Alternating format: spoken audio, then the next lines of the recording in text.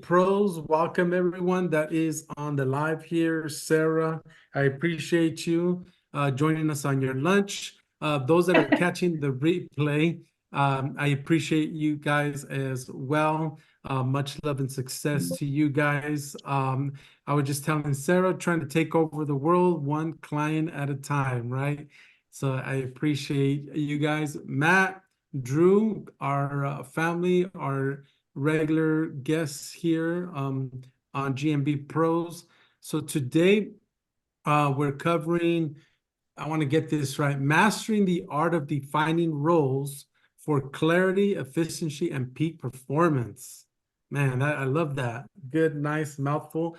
And I get a feeling if we get this right, it's almost like a domino effect, right? So I appreciate these two gentlemen. They provided a lot of value. Guys, if you haven't seen their other replays or seen their other recordings on GMB Pros, I definitely encourage you. There's a lot of great stuff on sales, pre-qualifying clients to make sure we're getting on the phone with people that we can definitely help.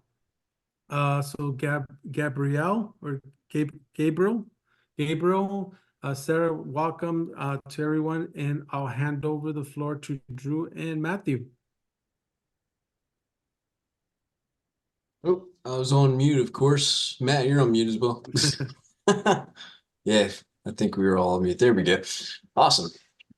Good stuff. So thanks as always for having us on here. We like really teaching about the stuff that nobody wants to do, so talking about the reality of owning a business and having those things work together. And that's kind of what today is going to be about. It's more about systemizing in a sense, but really understanding all the roles within your business and really diving into what does that mean? How can that work together to drive efficiency and success? And Matt, if you want to do us the honor and kick us off with this one.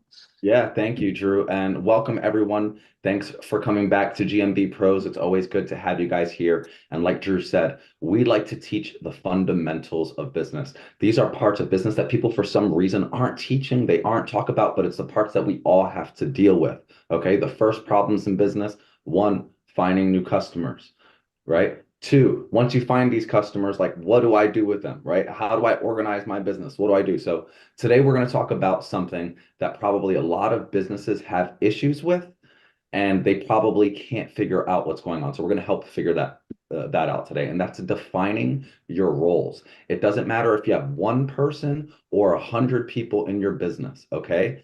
If you could have 100 employees in your business and still not be a business and still be self-employed because the business needs for you to employ yourself for it to continue. Therefore, you're still self-employed. A business is a series of duplicatable steps put together to create a system. And when you have that system, these roles that are identified, you can place any person inside of the roles and the business still succeeds. And that is the only way for you to move from that self-employment, working in front of your computer, just you by yourself, to eventually owning a real business. And some of you who are outsourcing to 10, 20 people, or even might have 5 or 6 employees, might not even be a business yet because you're kind of just juggling everything inside of the air and not figuring it out. And so today we're going to fix that. Okay. So the secret is defining your roles, right? And what that means is understanding the beginning and the end of the salesperson job. And you might be the salesperson, and you might also be the project manager. What's the beginning and the end of the project manager's job versus the account manager? All of these roles are different, and all of them have a beginning and an end before it's passed off to the next person. Did you identify what those are? Because even if it's just one person, now you're the salesperson in your salesperson mode, and now you're the project manager.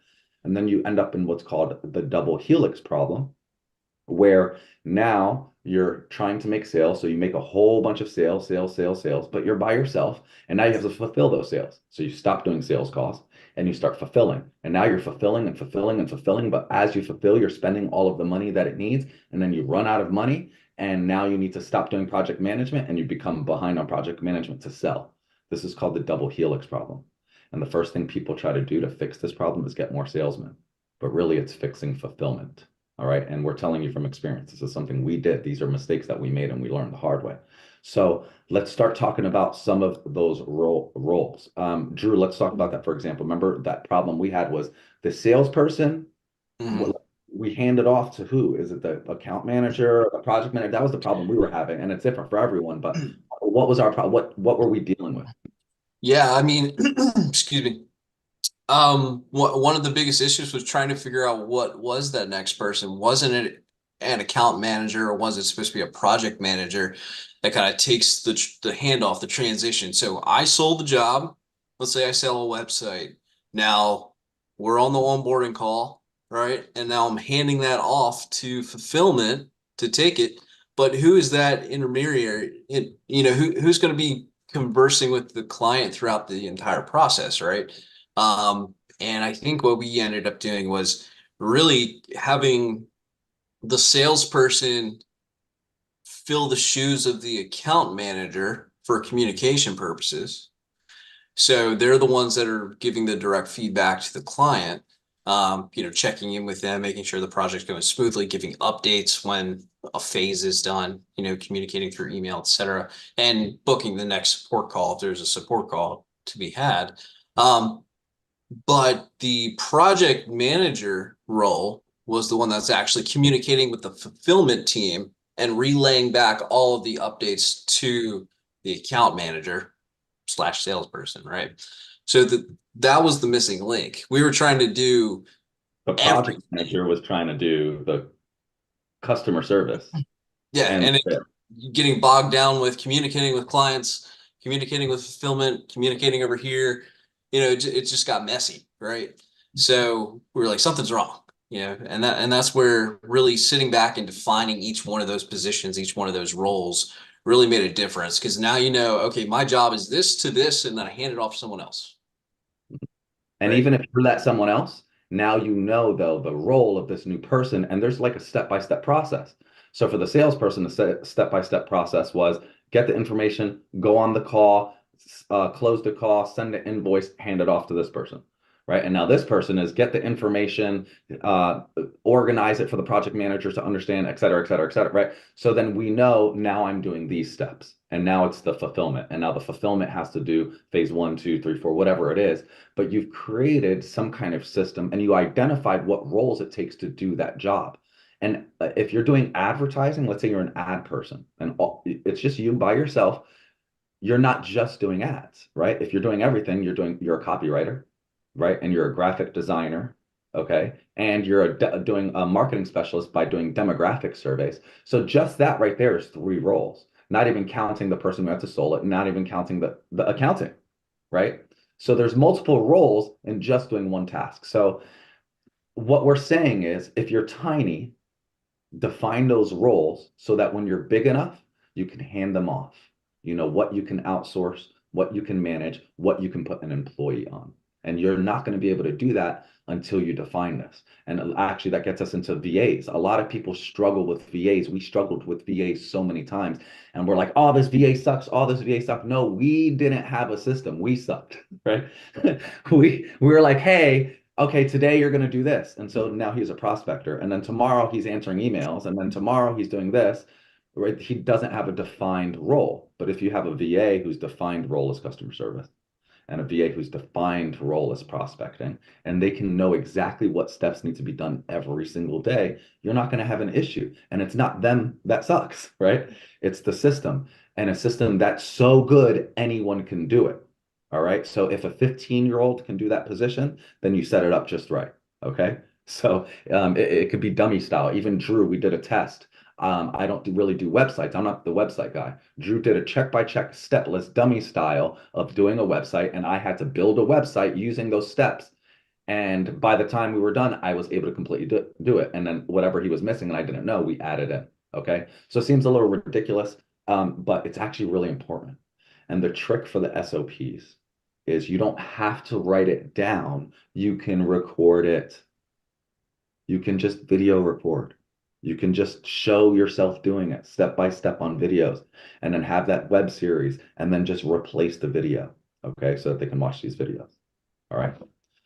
So roles are kind of really important. Feel free to ask questions if you have any questions or have anything you want me to jump on here, but that's kind of really, really important. So the question for you becomes like, when does the salesperson end and the account manager begin? Or what's the difference between a project manager and an account manager? Does my business need a project manager and an account manager, right? How much are all of these roles worth when I pay them hourly? So myself, if I'm coding today, that's a differently hour rate than if I'm copywriting or than if I'm doing graphic design. Okay. That's a different hourly rate because I'm doing different work, even if it's the same person. Drew, do you have anything to add? Yeah, well, I think Alfredo asked a good question. Yeah, do we have a project management software?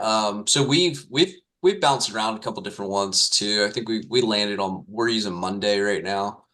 We seem to like Monday very well. We've tried Asana and ClickUp, and there's another one in the mix too, Basecamp. I mean, I kind of dabbled in all of them, but the reality behind it was the reason we were bouncing from all these different programs, it wasn't the program. Again, like Matt said, it was us. We were the ones that were wrong. It's, you might feel like you're trying all these different platforms because I got to find the best one that's going to like solve all my problems, but really sit back and define your roles first, because you'll realize, okay, that's the system that needs the most help. Exactly. And then once you have all of those things in place and you have those roles defined, that's when you can start pinpointing the weaknesses in your business roles and fix them. Fix those processes. It's something that constantly evolves. It's just like SEO. Google's algorithm changes constantly. You got to move with it, right? So you got to do the same thing with your business. Everything's going to keep evolving and you got to keep making tweaks and adjustments. But if you have everything documented, you can just go in and have the person that's running that role just replace the videos with the new steps. So your SOPs are always up to date as you move forward. Exactly.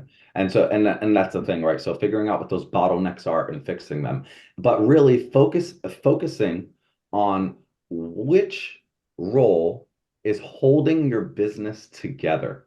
Okay. So I'm going to give you an example on that. And then you have to focus on making that role as smooth as possible first. So let's use a restaurant, for example. I like to use restaurants because I grew up in the restaurant industry since I was 12 years old, and we all eat at restaurants every day. Okay. So I just lost myself for a second. Well, The main role that holds the company together, right? okay, yeah. So the focal point that holds the whole company together. So if you go to a luxury style restaurant, right, and it's really, really fancy and they give you the most delicious food that you've ever had, what do you think is the most important role there? Is it the hostess? Right? Is it the server, or is it the chef? It's probably going to be the chef, right?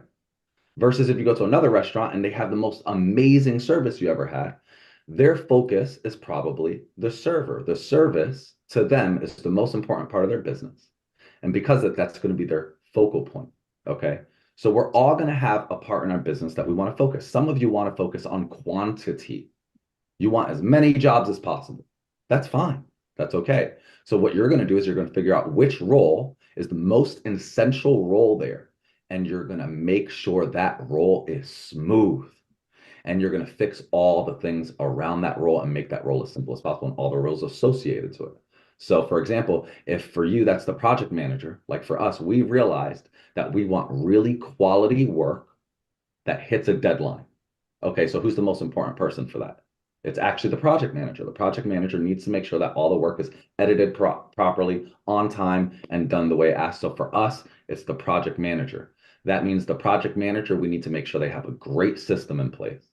And then we need to support them. And maybe they're the first person that gets a VA, right? And maybe they understand the salesperson. And maybe the salesperson's job is to learn a little bit about the project manager so we can make it a little, but the focal point is this person right here, because this is what's holding your whole business together. And every restaurant's going to be different. Every business is going to be different. What's your business's focal point? And fix that role first. Fix that role first. And there's a very good chance it's not your salesperson. That's always the first thing we think. I'm broke. I need money. Therefore, it's sales. No, it's as Gordon Ramsay says, Okay. They say, what's the problem in your business? If your answer is no customers, then you don't understand your business. You have no customers for a reason. It's not because you're not getting sales. Okay. So it's because of the way our system works. And so we have to define these roles. We have to define these systems. We have to make them work really well. And another really random factoid, most people don't get fired, they quit. And the reason that they quit is because they were never trained properly. And over 80% of people that were fired because they weren't trained properly. So just create a system. Okay, just create a system. Yep. Now, quick question, Matt, too. Kind of want to take a step backwards. And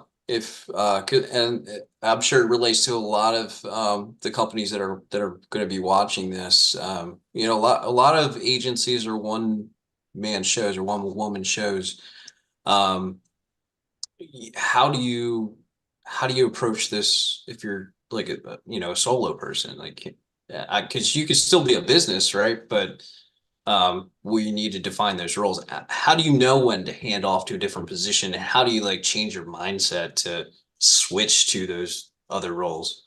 Great question. So the point here is that we want to turn these roles, make them as smooth as possible, and we want to automate them. And there's two ways to automate roles. One is with people, and two is with tools. Okay. So what we want to do is we want to make sure, even as the first person, as the one person, is define the beginning and end of every single role that I have to do to accomplish a job. Okay. Then I need to determine which parts of those roles is the focus of my business. It's if this thing falls apart, the whole business falls apart, right? If this falls apart, it's annoying, but it's not a big deal. If this falls apart, it'll cause mayhem, but it's not a big deal. But if this falls apart, my business will not exist. Define what that role is. That's the first one you're going to automate either with a tool or a person. And you're going to make sure it's a really good person and you're with the tool. Remember, it doesn't matter what the tool is in the person. What matters is how you do the system really, really, really well.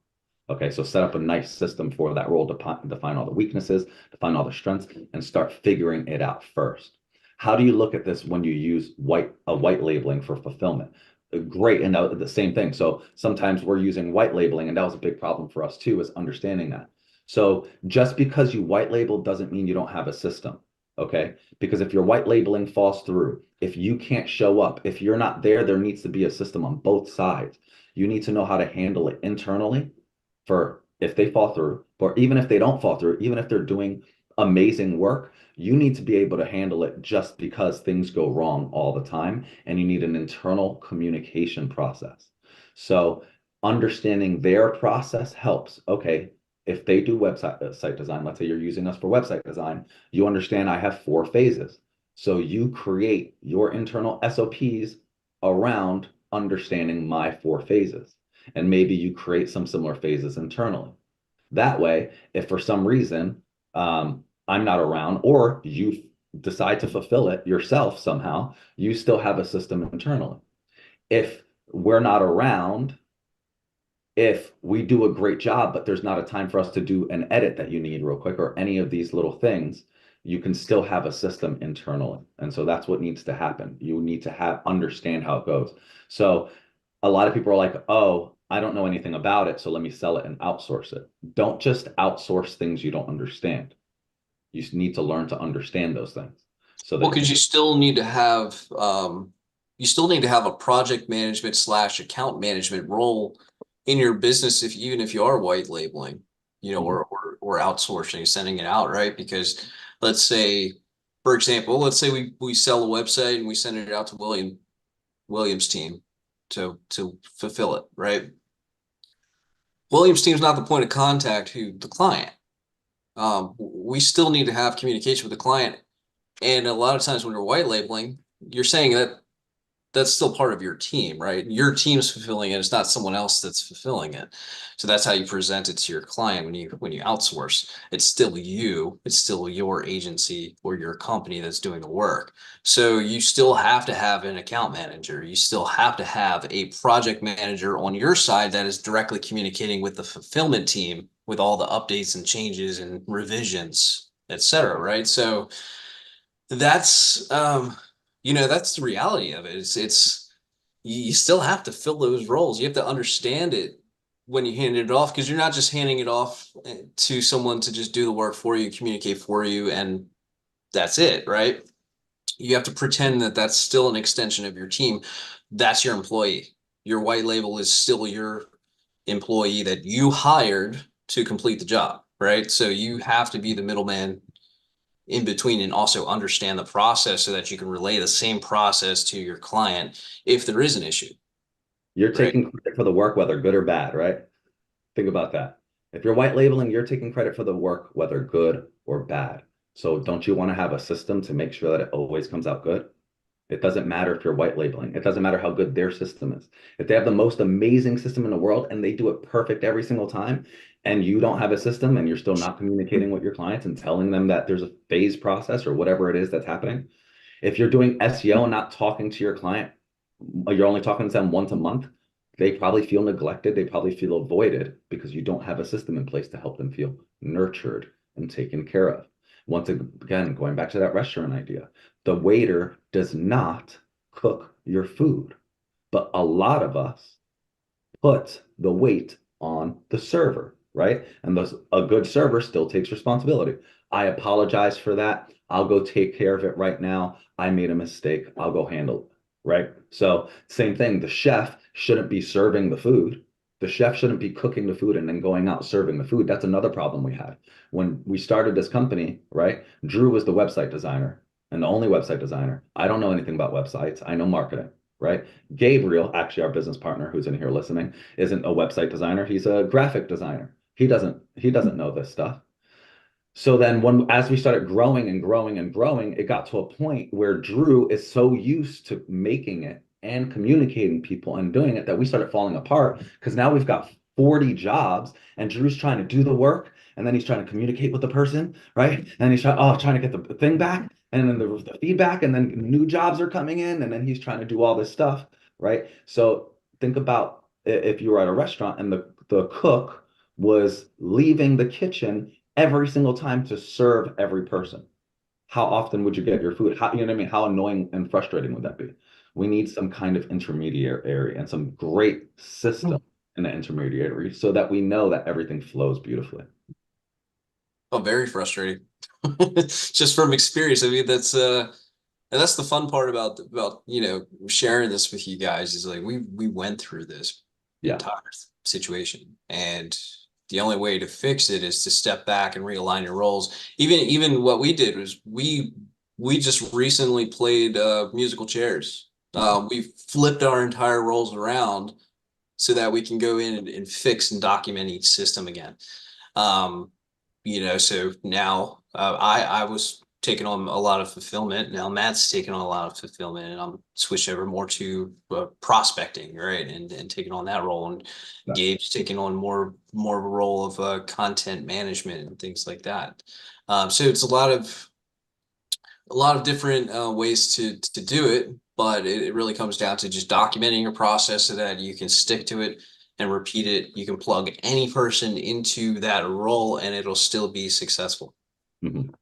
Exactly. And you think about it like cogs on a wheel, right? Once you've built the machine and it's moving, you want it to keep moving. And you don't want to turn off the machine every single time. You want to just be able to pull a cog out and add a new cog in anytime something, right? You don't want everything to fall apart just because of one tiny little thing. And so that's why determining these roles, identifying the beginning and end of the roles, and then systemizing it will make a huge, huge difference. All right. Now, let me ask you a question too. When is it okay for you to like hand off expertise, or is there a difference between, let's say you're the owner, right? But you don't know a ton about CSS, right? Or coding or something with a website, or maybe there's like some kind of functionality that needs to be done that you are unsure about, right? When is it okay to hand off the expertise to someone that's, not at the same level as you, even a white labeler could be that example. But what would you what would you explain in that scenario? That's a great question. So, all right, he actually just moved us into a military secret. Okay, so actually, every single year, a lot of people don't know this, but in America, in the United States, every single year, there's a compendium of companies that come together with the military and the government to trade business secrets. Here's one of the business secrets that they traded. Okay, the military gave this to AT&T, to Comcast, and all these giant companies. It's called ranks versus billets. Okay, a billet is just a job that you're assigned to, right? Something that you have to do temporarily. So a rank, obviously, let's talk about the military for a second. A rank, obviously, you have the highest ranks, generals and lieutenants and stuff, and the lower ranks, privates and all that stuff. Okay, and then you have your job. My question for you: which is higher authority, a rank or a billet? Okay. Now, 90% of the time, the answer people are going to think is it's a rank, right? The highest, if you're the owner, if you're the highest rank there is, you outrank everyone. That's absolutely not true. Billets outweigh ranks. And I'm going to explain what that is and why that is. Okay. Let's say the most important, the highest rank you could be in the military said, Drew, I know it's your first day today, but I need you to go guard that safe. And no one is allowed inside of that safe unless their name is on that list. I don't care if it's the president of the United States. No one is allowed in that safe if they're not on that list. Right?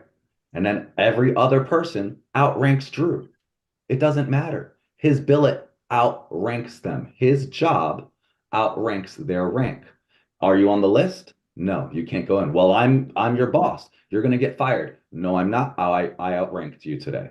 This is my job. You are not allowed in here, right? That's for safety reasons and precaution, but that actually works inside of our business. Like he said, handing off expertise. It's like, how is this relatable to like my marketing business?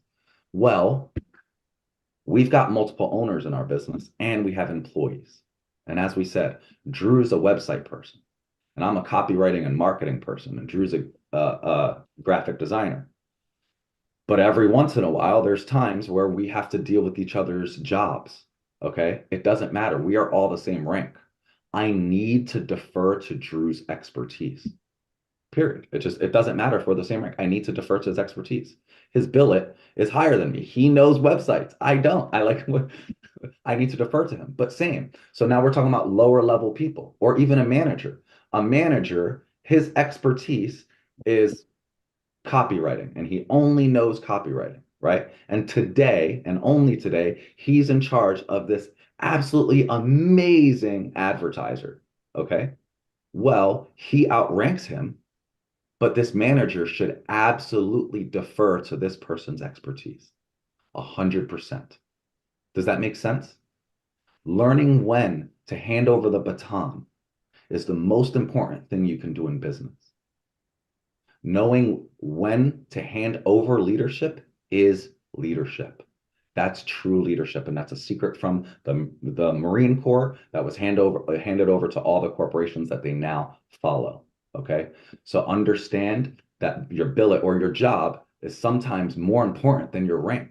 And you need to just let go of what your rank is. It doesn't matter if you're the owner. It doesn't matter if you're the boss. This person might know what they're talking about, so defer to them. Okay.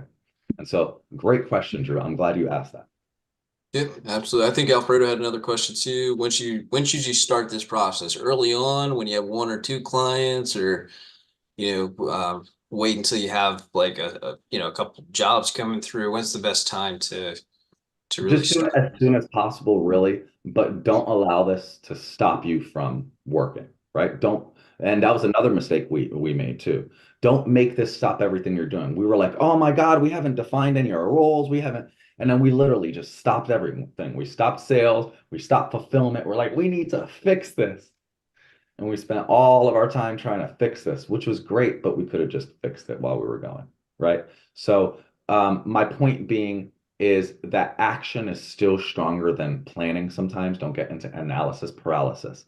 Start fixing this now. Determine what your roles are now. But if you don't even have a client, you've never had a client before, you still might want to do this, but don't get so bogged down by this that you don't start trying to make a sales call. Doing your first sales call is more important than setting up how your system goes, because you just need to fulfill it. You're going to need to fulfill it. Okay. Any other And questions? also, like going back earlier, we mentioned you can automate some of these processes either with a person or with a tool. When you think about like prospecting, right? When you think about prospecting, you can utilize third-party tools to make it easier to accomplish those results, and then eventually systemize it in a way where you're only doing a couple things, and then the tools are running the show. Just like email marketing, you have those like Apollo and Instantly and all those platforms. I'm sure there's a couple others that that you guys have had other folks on here to talk about. But like what we specialize in, the LinkedIn outreach, using that tool is very automated. That helps automate our prospecting. So we know that we can plug in one single person to a prospector role, and all they have to do is run the machine and lead people to booking a call, and that's it. And that could be their whole role, but it's around a tool, so the system is a lot more straightforward. It's a lot easier to maintain. Um, what are some other examples, Matt? Maybe they could in the project management side, because I know you've been Yeah, taking that recently. exactly. So, okay, so project management side, obviously, you're going to have like the common ones. You have Asana, Basecamp, Monday. Learning and understanding the power of workflows and automating your workflows so that you can, let's just use the website design for example. Let's say for some reason, or let's say you have your website design so systemized that it's exactly the same. Let's say you're using templates or whatever. Well, then you go into your Monday and you make it so that it has every single task stepped out one by one and make it so that it automates the next task and automates the next task. And I only got to do one thing, maybe click this today and it goes in. So you can automate almost all of those tools, any tool you have. So we do LinkedIn. All right, we said obviously you can do things like Facebook and social media. We can connect you with tools like that. For a lot of you are probably using the same CRM. Your CRM is automating a lot of what you do. Okay. So, I'm not even going to say a CRM. There's hundreds of CRMs. You all know the CRM that you're probably all using the exact same CRM. There's workflows inside of your CRMs. There's tools inside of your CRMs that automate and do this stuff. Okay. So what we can do is identify the role and assign a tool to it, but you still need to systemize that. A great example, we'll just use that LinkedIn, for example. Okay.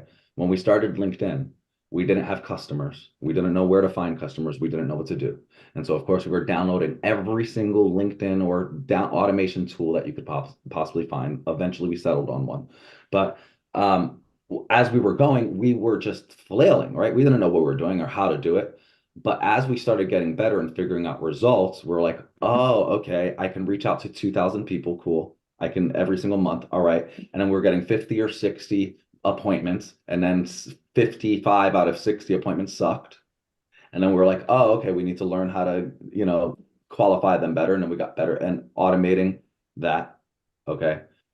And then eventually we created what we call our Dominate LinkedIn system, which was all the systems that we learned and recorded over time on how to automate your messaging and how to automate the list building and how to automate the outreach and all of that stuff to create a full system that books calendars rather than just throwing money at the wall every single week, which is how it started off, So obviously we can give you those tools. We talk about those tools all the time, and we can drop one in there, the one we use for Dominate LinkedIn, the ULink tool. A lot of people in here know that we use that. So as we say, that's the thing. We can give you the tool, but you have to learn a system. We also teach our systems. You can download, we have our courses and that you can take and stuff, and you can check that stuff out. We teach this stuff. But this was the root of our business. The root of our business wasn't tools. It was downloading tools and then deleting them and downloading other tools and deleting them and downloading other tools and going, oh, it's not the tools. Yep. Yeah, I mean, to be honest, through that process, I think Gabriel's in here too, but Gabriel's really on the front lines with when we first got into the LinkedIn automation, and he cracked the code of list building, and that's kind of the stuff that we've taught you guys in previous videos, things that we want to actually continue on teaching on the prospecting side is, I know last time we were talking about the indirect method that we've been testing out and how can we approach prospecting differently by pre-qualifying heavily and then turning it more into a qualification process before actually booking an initial introduction call. It really comes down to systemizing the steps that it takes to build that list. What are all the little tiny steps in between? And a lot of those things are very tedious. I've been taking that over recently, and what I'm documenting is it takes me a few hours to really find who I want to pre-qualify, get those accounts in place, find all the information around that prospect that I want to find before I reach out to them, and then go through again and make sure they have more than just one social media profile. Look at their website, see if it actually is a good opportunity to find problems on, and really go that far with your prospecting instead of just blasting out to everybody. You're It took really, us 10 seconds yeah. to blast out to everyone at first. We made a list in 10 minutes before, and Drew just said, now it takes him hours to make the same list. And you would think that's downgrading. No, that's upgrading. It now takes him hours to make the same list. Why? Because before we were getting 60 calls and 55 of them were horrible. And now we're doing 5 calls and 5 of them are great. Right? Like it makes it. Yeah, it definitely changes everything. Just the other day, we just closed a $4,000 job from this process. And that's because we pre-qualified heavy. We hit exactly that target. We got along with them because they were our target. Remember going back to your client avatar from the beginning? Like, well, what we're saying, you have to really hone in and niche down and pick out that perfect client and what that looks like. That's what I made the list around, hit it right on the head, closed $4,000 job on the first sales call. I wouldn't say that's the other thing too, is the systemization of some of these sectors, right? Like sales became the systemization of multiple roles in sales too. So at first it was, oh, it's just a salesperson. And then we learned from reading books, from studying, from doing all this, it's like, oh, your prospector should never be your salesperson. Wait, what? Your prospector should never be your salesperson. Focus 100 times more on your prospector than on your salesperson. Yep. Mind blowing. So if I were to define that role as a prospector, which is kind of what I'm going through right now, and I love that we're talking about this because we're re-going through this stage right now. So I'm really just documenting the process of list building, the outreach, the copy, all that stuff combined into one system. When do I hand the baton off, right? And you're almost doing a little bit of sales too. I'm actually getting on the first call as the prospector, but I'm getting on the first call and I'm going through questions and learning about the project and figuring out solutions, but I'm not giving them a figure yet. I'm not saying, hey, it's going to cost $4,000. We're going to do this, blah, blah, blah, blah, blah, right? But what I'm going to do though is I'm going to figure out, okay, what's your budget? Because that's one of my qualification questions. Can you afford at least $2,000 in a month? One of our qualifications. Is there a problem? Is it something that we can handle? Can we actually fulfill it correctly? Are you a client that I see as a long-term client? Because that's one of the qualifications too. And I'm just kind of like probing these questions gently, but almost like I'm on a quick sales call because I'm still acting like it's a sales call. But once I'm confident that it's qualified, instead of selling it, I sell the second call. So I get them to commit to the next call while on that call, book it together. And now I've already pre-qualified for the salesperson, hand off the baton, for example, Matthew, and then on that next call, close the deal. Turns the sales process into the 2-call close. But it's very, it's a lot more powerful because not only did I have all the information, pre-qualified it, knew exactly what the problem, I had enough time to research everything, put a proposal together before going on the call, didn't even send it to him yet. We finished filling out the proposal while on the sales call. and then presented it to them. Just like the example that we showed you guys in one of the other videos. We literally fill it out while we're on that second sales call and then walk them through. And they're like, wow, we just talked about that. It's already on there. So the psychology was, he hasn't told us all of our problems yet, right? He just told us in the beginning of this call, so with me. So now he just met me for the first time. He's already spoken to Drew. He just met me, the owner, the specialist, whoever you're passing the baton to, the website expert, the marketing expert, the owner of the company. So he passed it off in this case to the owner of the company to be able to talk to him. He told me all of his problems on the beginning of that call. Drew had already made the proposal. Okay. Then he was finishing the information on there. Then on the second half of the call, I said, right, thanks. We said, thank you for showing us, talking about your problems and sharing those. And then we show them the proposal right there. And it shows them all the problems they mentioned and all the solutions with their name already on it. And it's like, wait a minute, it already has my name, it already has the solution, it already has the price, it already has everything. You did all the research for me, right? And it's just this very, very, very powerful thing that they get. So then me, I don't even need to be a salesperson. Drew already did all the work before I got there. The prospector did all the work. All I had to do was give the presentation for a pretty much already closed deal. He loved Drew, loved everything about Drew, didn't even have a price yet, but knew exactly what he was getting, knew the offer that he already knew what they were talking, everything. And he knew that when he came to me, it was going to be a sales call. Before we got on the sales call, that man came on the sales call knowing he's going to meet the owner for a sales call. Drew set all of that up. And then all I had to do was go through a little slideshow. Here's our case studies. Here's our testimonials. Here's what we can do for you. Here's what you asked for. Here's the price. Here's all the problems it solves. Here's our guarantee. Here's our 30-day warranty. Debit, credit, or deposit. How would you like to start? Right? And it was smooth. And this is a system that we took forever to create. You know what I mean? Like, and we're still creating, we're still doing it, and we're getting better and better and better. And we've mixed and matched things that we've learned from other places, things that we've learned from ourselves, mistakes that we've made, right? And that's the biggest thing, mistakes that we've made.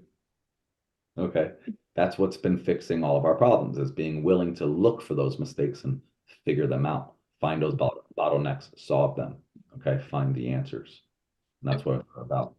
Another quick thing too, when you're writing out your SOPs, recording SOPs, do like literally everything, like every little tiny step. I picked up my pen and I moved it to the left, and then I wrote the word wow and I spelled it WOW. You know, That's great, because like we said earlier, when he gave me the list of things to do the website, there were things that were just common sense to him that I was like, what? What? And he's like, oh, just click this button. I'm like, oh, but for him, right? For him, it was just common sense. It's the easiest thing. He does it every single day. So when he made the list, it just made sense to skip it for him. But for me, I would have never found that answer. Okay. So every single thing, even the dumbest little tiny things, because they don't know. Right. Yep. Yep. Yep. And another thing too with white labeling and I think one of the issues we had early on in outsourcing was, especially with website jobs, launching the project, right? Launching the actual website live. If you don't understand that process, you're going to run into problems with the client because there's going to be something that pops up. Oh, my email was connected to the domain and I didn't tell you, you know. How are you going to fix that in the moment if you don't understand the process of the DNS management, right? So know enough or learn enough. And if you don't know enough, divert to your expert, right? Your white labeler, your employee, whoever's in charge of your development or, your server side, your technical guy, whoever that is, and just ask them those questions or learn it so that you know what you're talking about when you're making that transition. It'll just help you in the long run, and then put it into your system. Yeah. And document it, right? So when I launch a website, I do this, press that button. Exactly. Cross training, right? The power of cross training. So as Drew said, we switched roles. The reason we switched roles is because He was becoming too focused on his, I was becoming too focused on mine, Gabe. We're like, oh, if we switch roles, we're going to see different things. So now we get to cross train. I'm adding things to project management that Drew never would have thought of. Drew's adding things into prospecting that I never would have thought of. Gabe's adding thing into social media that we wouldn't have never thought of. We simply switch roles, but we already have somewhat of a system in place so that everything's okay. I was able to jump into Drew's role and we were mostly okay. I jumped into the ocean with sharks and I came out fine. And Drew did the same thing because we had at least a system in place. And now all I'm doing is bettering the system. And in order to do that, now I'm actually studying project management. I'm going online and to get certified. I'm understanding the different types of things. Okay. The same way I needed to do website and I learned website management. We're a website company. My expertise is finances and marketing demographics. That doesn't mean I'm not going to learn how to make a logo for if Gabe's sick and we have an emergency, right? So these are the things that we need to learn to take care of. But one more thing, going back to that restaurant thing also, don't leave your post, right? Going back to like we were talking about Drew, when he was doing all the cooking before, right? And then he was the owner and he was kind of by himself and now there's more of us, but he still feels the need sometimes to cook the food, even if he's just doing a project management role. Don't leave your post because you're leaving everyone, okay? So the chef can't leave to serve the tables and then go do the payments and then go do the things. You can't do that. And the owner shouldn't be going behind the kitchen to cook the food either. Learn what your roles are, identify them and fix them, okay? So that's, I think, really, really important to understand, know when it's okay and know when to stay stern. And that's what's hard, being flexible in the business, right? There's this amazing saying, okay? There's only one rule to being successful in business, okay? One, always have a plan. Two, be flexible. I don't know if you've ever heard that saying, but it's very contradictory on purpose, okay? Have a plan, but be flexible, all right? So I think we're ready to start taking any questions right now too, if anybody has any questions about roles, identifying systems, anything like that.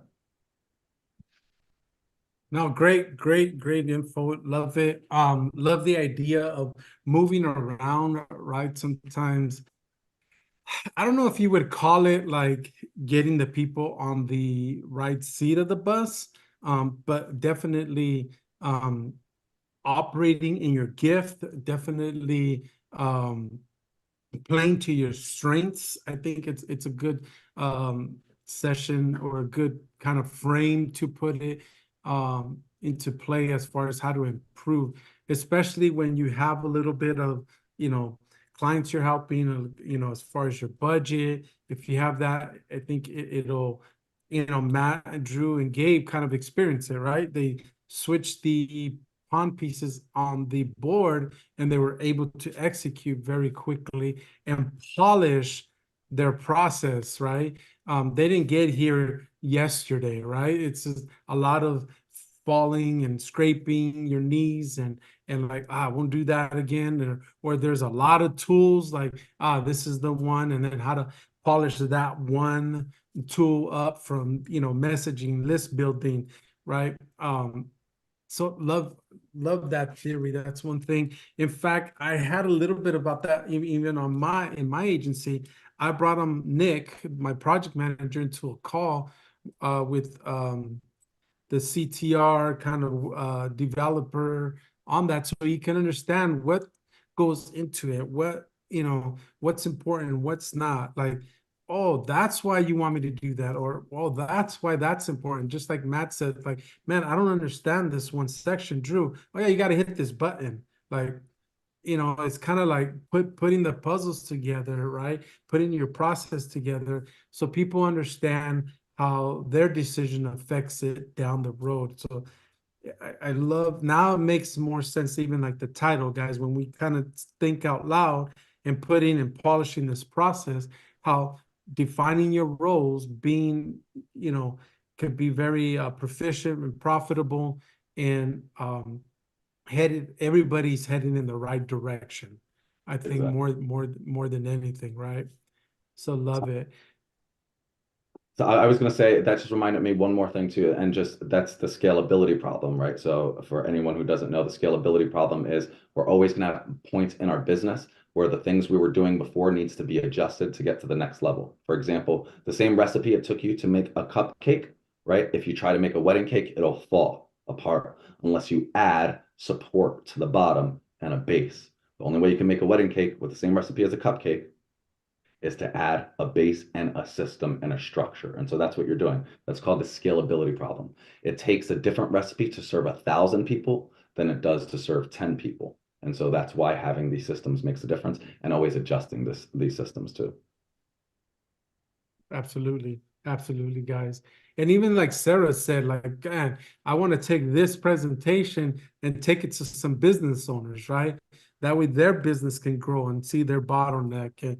And Sarah, yeah, absolutely, this is recorded. But I think I kind of like with Sarah, and I think that's what happened because it happened with me, and that's the point of staying connected. These aha moments, like, I never thought about that, or oh, I never thought about that question or that angle, like aha moments, right?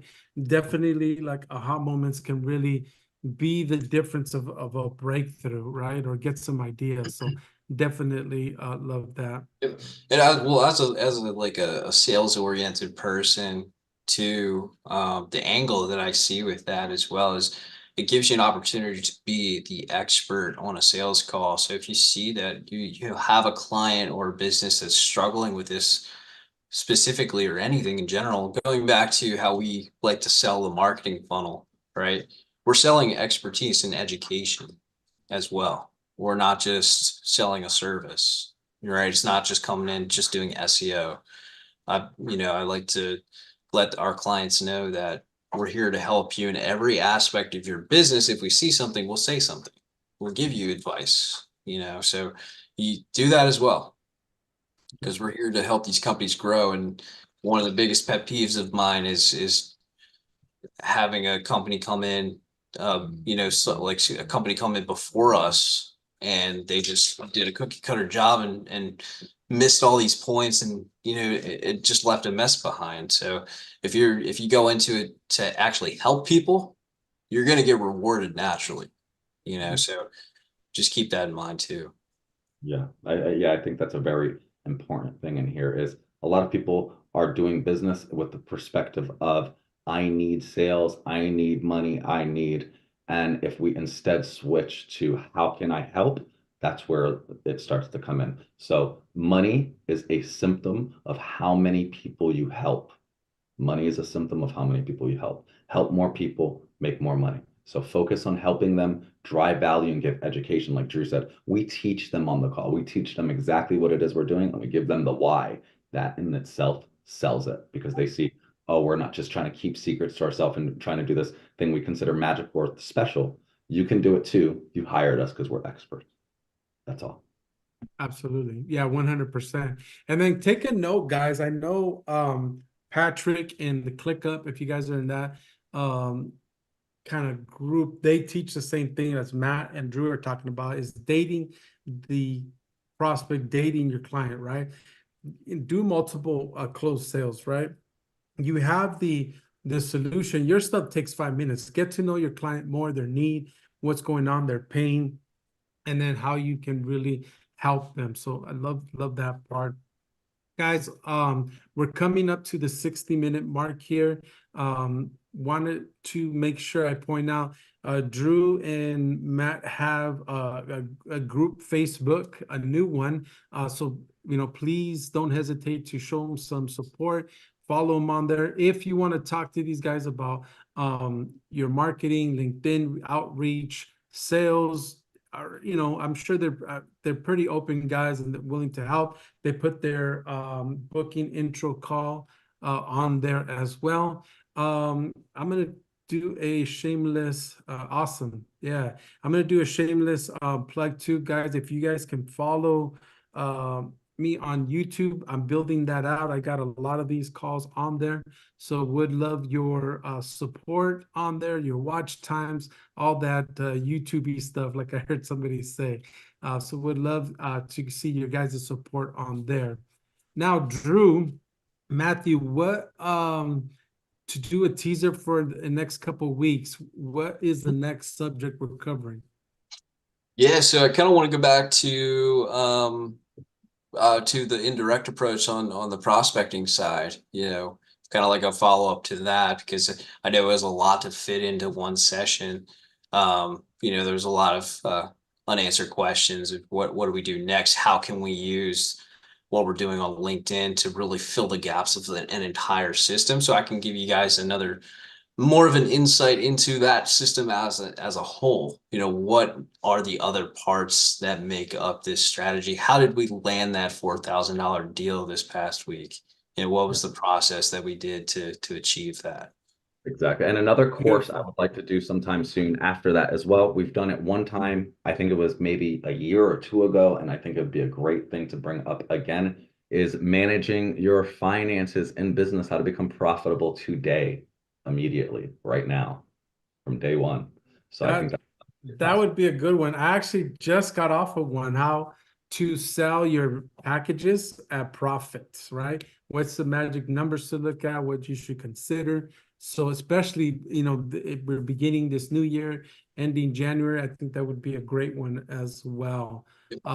So yeah. So let's do, Drew, we'll do a follow-up. What would we call it? How did we land $4,000 on LinkedIn? I would really actually call it I would call it maybe prospecting. Let's call it predictable revenue. Prospecting.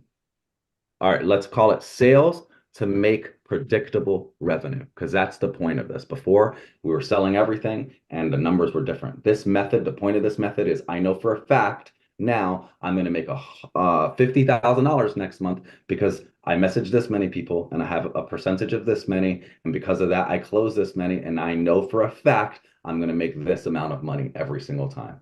So we'll think of an awesome name, but something along that line is creating a predictable revenue with prospecting. Awesome. Yep. Okay, you heard it here first, guys. So that'll be in a couple of weeks. We'll have Drew and Matthew on here to kind of tease that for you guys here. With that being said, if we don't have any other questions, guys, I appreciate Gabe, Drew, Matthew. I appreciate you guys a lot. Those that are here on the live.